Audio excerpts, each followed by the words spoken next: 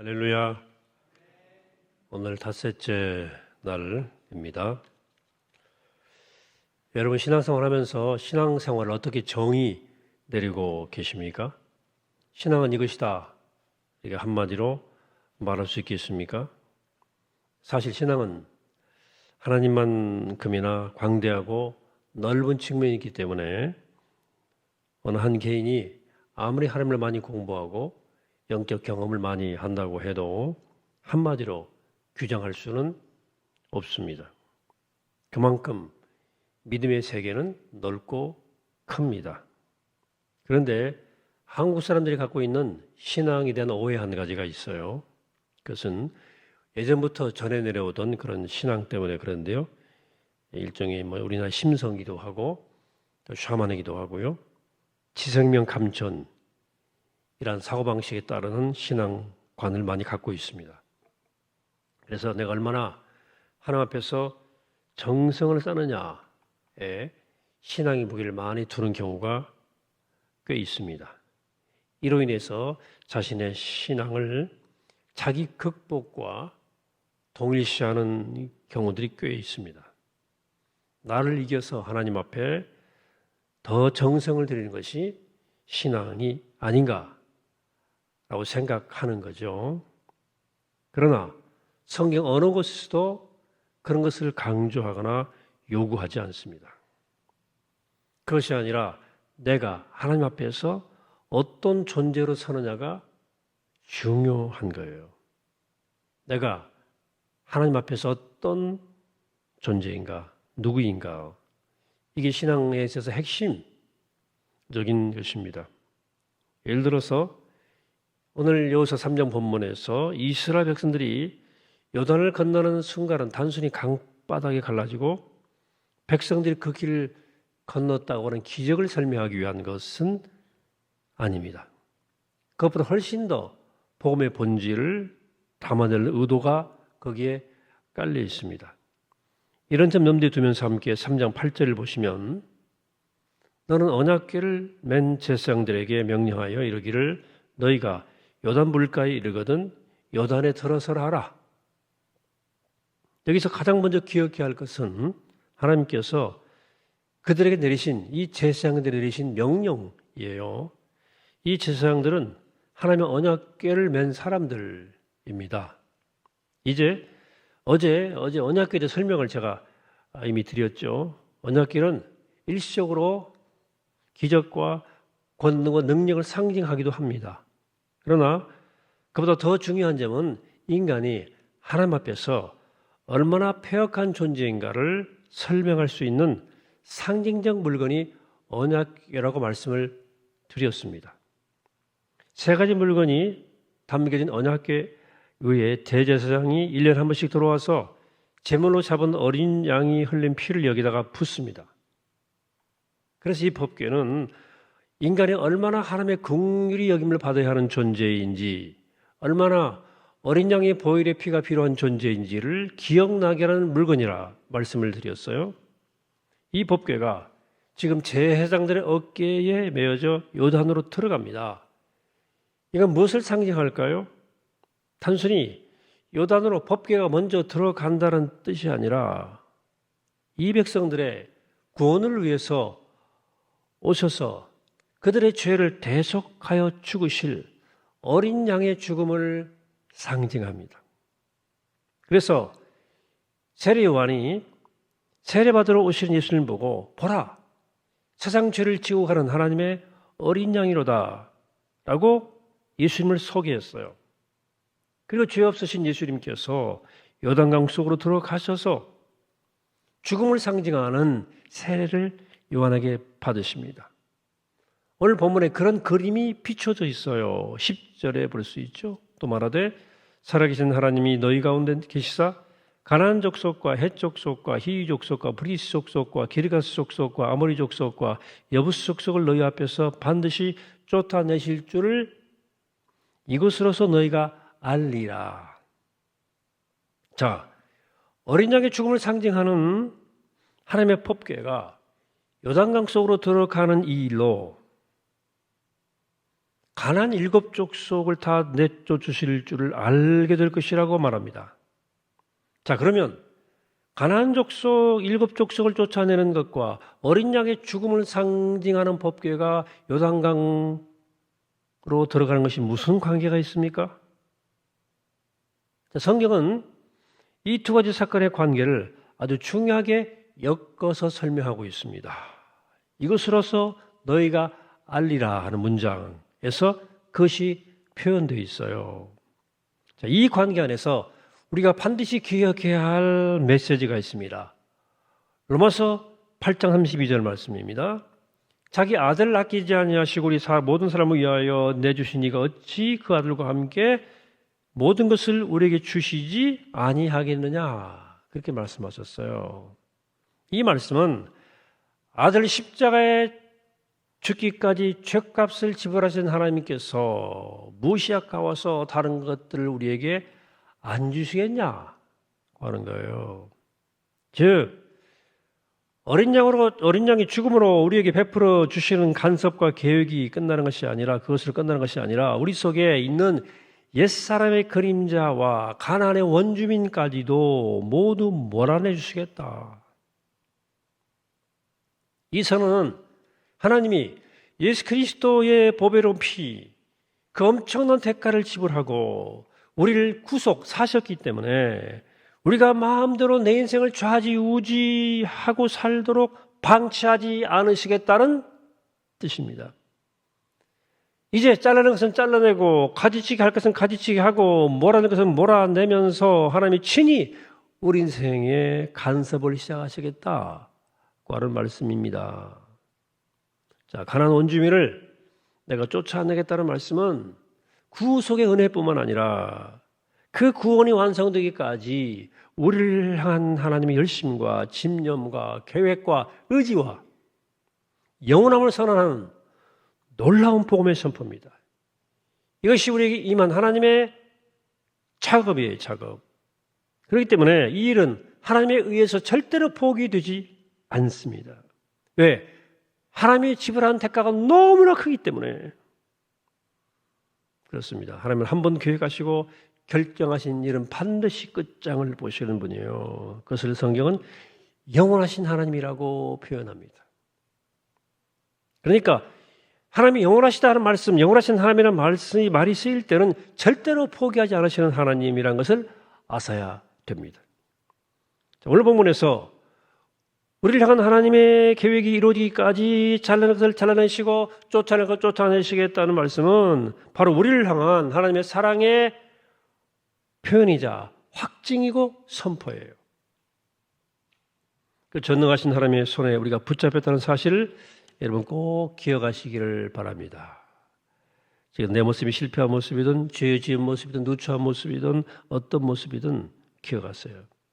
그런 우리에게 하나님이 바라시는 두 가지가 있는데, 첫째는 하나님의 자녀로 우리가 단단히 서는 거예요.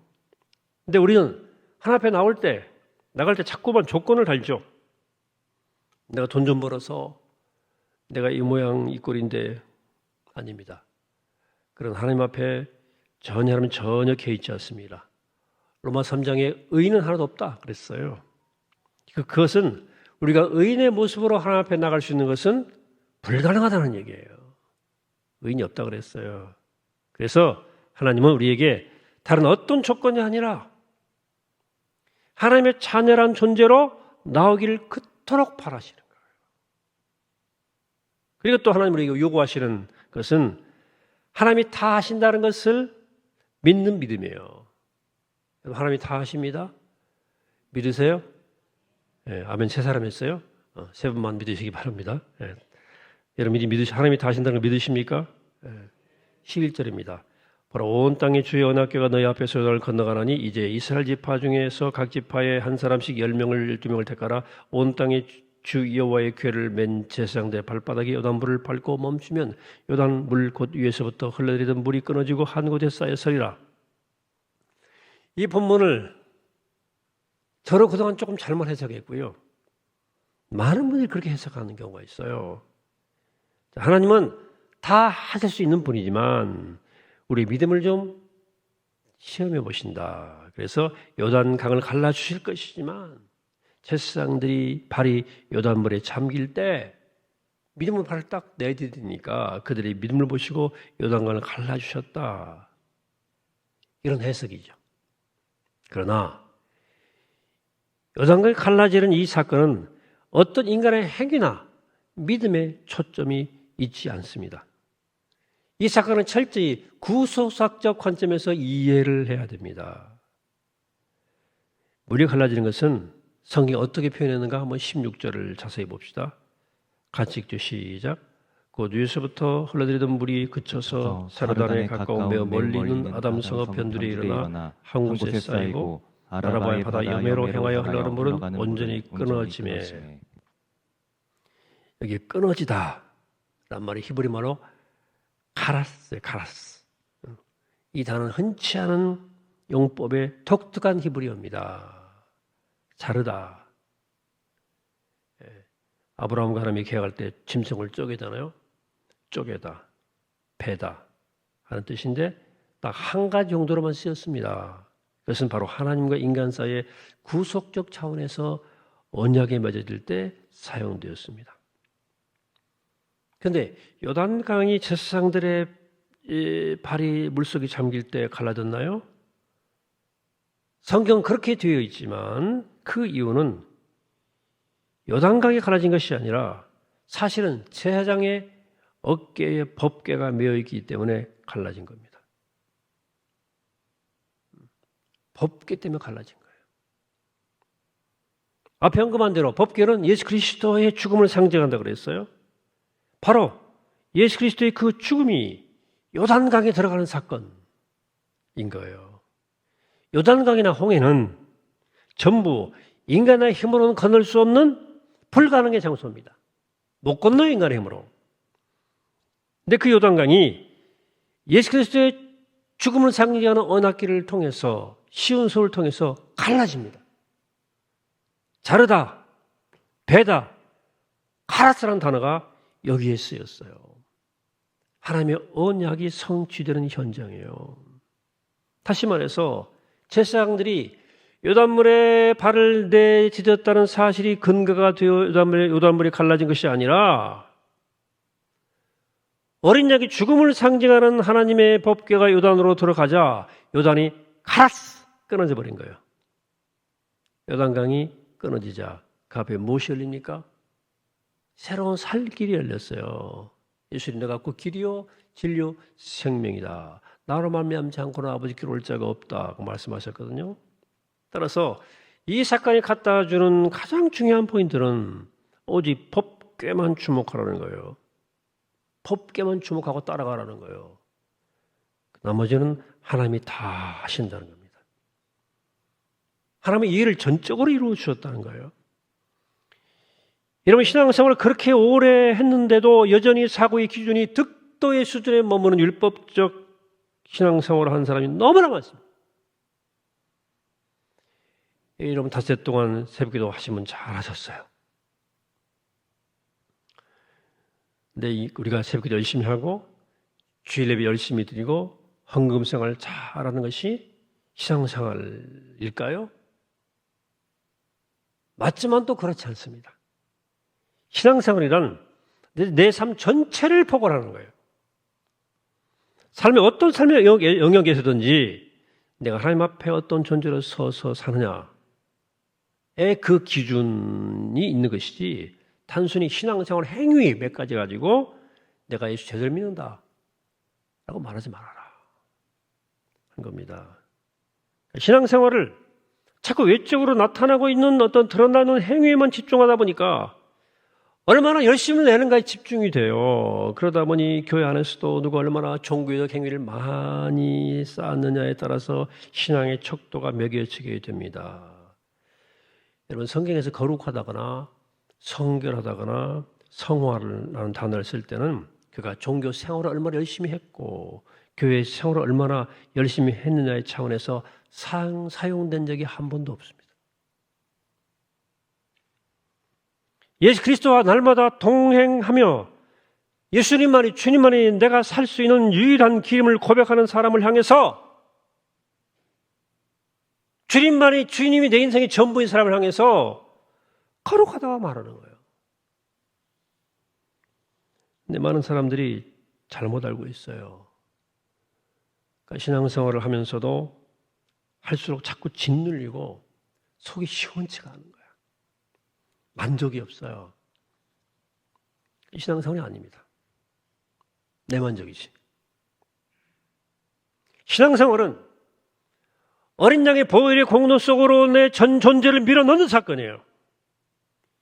여기서 진정한 자유가 우리에게 오는 거예요. 진리가 너희를 자유케 하리라. 말씀의 의미는 내가 오늘도 예수의 보혈의 공로만 필요로 한 존재라는 사실을 고백하는 거예요. 오늘도 죄악 속에 일그러진 모습으로 살았지만 그렇기 때문에 주님의 긍휼과 자비에 목말라 하나님께 그래도 이렇게 기어나오는 뻔뻔한 사람, 이게 거룩한 사람이에요. 이것이 바로 성경에 말하는 거룩의 척도예요. 내가 얼마나 득도했는가, 도통했는가 하는 것은 다른 종교에서 하는 말이지 기독교 복음은 그렇게 설명한 적이 없어요. 본문으로 돌아와서 제사장들이 맨 법궤가 요단강으로 들어서자마자 요단이 갈라지면서 백성들이 이제까지 한 번도 경험하지 못했고 보지 못했던 새로운 삶이, 새로운 살 길이 눈앞에 펼쳐집니다. 그때야. 그러므로 우리도 지금까지 신앙생활을 바벨탑 쌓듯 공로 쌓듯 열심히 했다면 그거 다 무너뜨려버리고 내려놓게 되기를 축복합니다. 오직 보혈의 공로에 내 전 존재를 밀어 넣을 때 그 속에서 하나님의 자비와 긍휼이 날마다 나를 붙드시는 은혜가 있을 줄로 믿습니다. 근데 내가 살 길이, 새로운 살 길은 어떤 길입니까? 17절을 봅니다. 같이 읽습시다. 시작. 여호와의 언약궤를 맨 제사장들은 요단 가운데 마른 땅에 굳게 섰고 그 모든 백성이 요단을 건너기를 마칠 때까지 모든 이스라엘은 그 마른 땅으로 건너갔더라. 자, 요단강이 갈라졌다 그래서 즉시 요단을 건너갈 수 있었을까요? 이런 한강이 우리 눈앞에 갈라졌다 생각해 봅시다. 한강을 바로 건널 수 있을까요? 땅이 진흙갈 따서 푹 빠지는데 강 밑바닥 들쩍들쩍거려요. 어떻게 건너갈 수 있겠습니까? 성경에는 이스라엘 백성들이 마른 땅을 건너갔다 그래요. 어떻게 그들이 마른 땅을 밟을 수 있었을까요? 하나님이 그렇게 해주신 거예요. 하나님이 요단을 건너게 하실 때 마른 땅으로 건너게 하신 것은 그들이 조상들이 홍해를 건너게 하실 때와 똑같았어요. 홍해를 건널 때 뒤에서 막 애국 군대가 쫓아왔잖아요. 말발굽 소리 막 와 함성 소리가 막 들려올 때 이스라엘 백성들이 공포에 떨었죠. 칠흑 같은 밤에 홍해 앞에 선 백성들이 두려워 벌벌 떨고 있었어요. 그때 모세가 바다에로 손을 내밀어서 여호와께서 큰 동풍이 밤새도록 바닷물을 물러가게 하시니 물이 갈라져 바다가 마른 땅이 되었다고 출애굽기는 증언합니다. 백성들이 두려워서 공포에 떨고 있는 그 시간, 하나님은 밤새도록 큰 동풍을 일으켜서 바닷물을 물리셨는데 이 동풍은 동쪽 바람은 뜨거운 바람이에요. 사막 바람이에요. 이 뜨거운 바람을 밤새도록 불게 한 거예요. 강 건너는 사람 가운데 노인도 있고 몸 아픈 사람도 있고 어린아이도 있는데 그 강바닥을 다리미질 하셔가지고 뽀송뽀송하게 길로 만드는, 누가 하신 거예요? 하나님이 하신 거예요. 하나님이 하셔요. 그렇게 하나님을 주목할 때 우리 앞에 펼쳐질 그 새로운 길은 바로 이런 겁니다. 이런 거예요. 오늘 말씀을 맺습니다. 가나안 땅을 살아가기 위해서, 우리가 참 신앙으로 다시 태어나기 위해서는 두 가지를 꼭 해야 됩니다. 첫째는 어린 양의 보혈의 공로를 다시 한번 바라보면서 그 속에 자신을 다시 한번 새롭게 밀어넣는 거예요. 수장시켜야 돼요. 요단강에. 그리고 거기서 하나님을 진짜 아버지로 만나야 돼요. 그 다음에 그 하나님이 좋으신 아버지가 다 하신다는 사실을 믿어야 돼요. 이런 그 사람이 믿게 되기를 축복합니다. 오늘 이 말씀 붙잡고 우리 앞에 펼쳐질 새로운 가난의 삶을, 새로운 살기를 다시 한번 비상하는 믿음으로 살아가는 복된 여러분 되시기를 이 시간 주 이름으로 간절히 축원합니다. 기도하겠습니다. 거룩하신 하나님, 오늘 주님의 귀한 말씀을 듣게 하심을 감사합니다. 하나님께서 우리가 믿음으로 말씀으로 법궤를 앞세워 어린 양의 보혈의 공로 의지에서 요단강에 들어가 나를 수장시킬 때, 보혈 공로를 의지할 때 우리에게 새로운 길이 열려지는데 하나님이 여신 길, 하나님이 다 하시는 그 역사를 우리가 경험하도록 도와주시옵소서. 이 구원의 능력, 이 생명의 능력 붙잡고 약속의 땅을 살아가는 우리 모두가 되게 하여 주옵소서. 감사드리옵고 예수님의 이름으로 기도합니다. 아멘.